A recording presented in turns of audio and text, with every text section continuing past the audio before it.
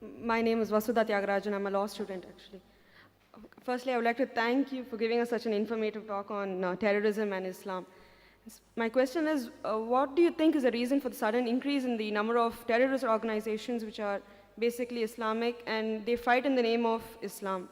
And since you say that Islam is giving the guidelines is that women, children, elderly people shouldn't be injured or killed, but there have been various bomb blasts and killings of women and children. What do you think is the reason for that? Thank you. The sisters asked a very relevant question, that what is the reason that there's increase in terrorist organization among the Muslims and so many bomb blasts, and especially when Islam says you should not kill children, etc. What is the reason? And that's a very good question. Personally, tell you again that personally I haven't met and interviewed any so-called 100% hardcore terrorist. I haven't met. But I can give the reasons, the logical answers why such thing may be happening. Number one, some people may really be terrorizing the innocent people. Some Muslims may be on the wrong track. They may not be following the guidance of the Quran. Like you have black sheep in every community. One of the number one terrorists of human history, who it is? It is Hitler. He has incinerated 6 million Jews. So can I blame Christianity for that? Hitler was a Christian. So I can't say because Hitler incinerated 6 million Jews, therefore Christianity says that you have to. He alone, if you add up all the terrorist organizations put together, I doubt whether they'll reach 6 million. One individual alone. Again, Mussolini. Mussolini is a Christian. So just because Mussolini killed thousands of innocent people, that does not mean I can blame Christianity for that.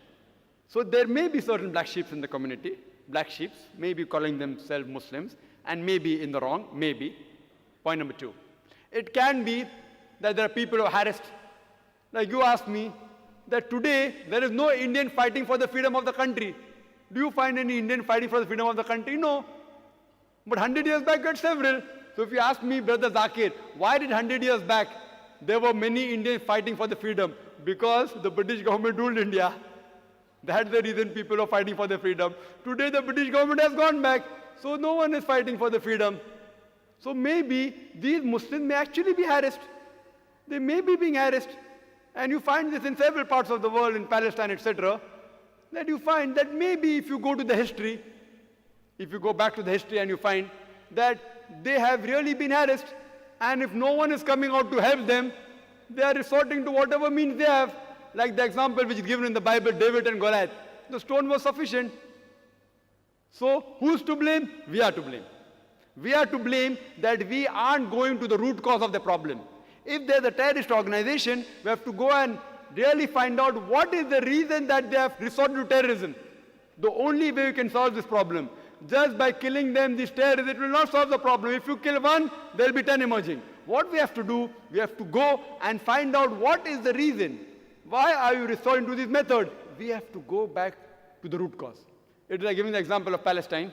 When Hitler incinerated 6 million Jews, the Jews were kicked out from Germany. And the Palestinians, they said, Ahlan wa sahlan, you are our cousins, come and join us.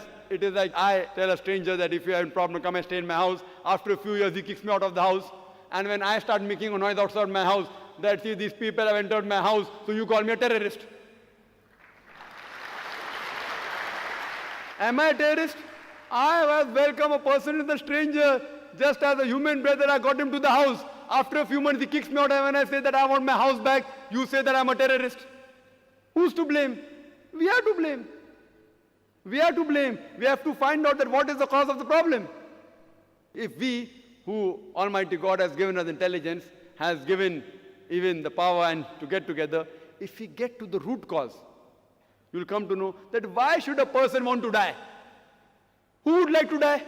Who would like to die? A person who says that I say I'm going to get killed, so why not I die and take somebody else also? So if you ask the psychologists, they will tell you the root cause is we have to go and ask these people that why are you doing all this? And many times you'll find out that the truth is lying behind it. And the truth is that they may be being harassed, and some people may really be terrorists. Some people may be terrorists and the people for money, some people for fame, some people for politics. So I do agree, sister, that but majority what I feel, that they are being troubled, whether it be Muslims, whether it be Hindu, whether it be Christians, there has to be a backlash if a person cannot bear whatever torture that he's undergoing. He resorts, the psychologists say, and I'm a medical doctor, I have done my studies in medicine, they have to retaliate. It is human nature. So why should a person who would not like to raise a finger would like to carry a gun in the hand? Why? So what we have to do, we have to find the root cause and try and solve this problem. That's the only way we can see to it that these terrorizing the innocent people will stop and all human beings can live together as one brotherhood.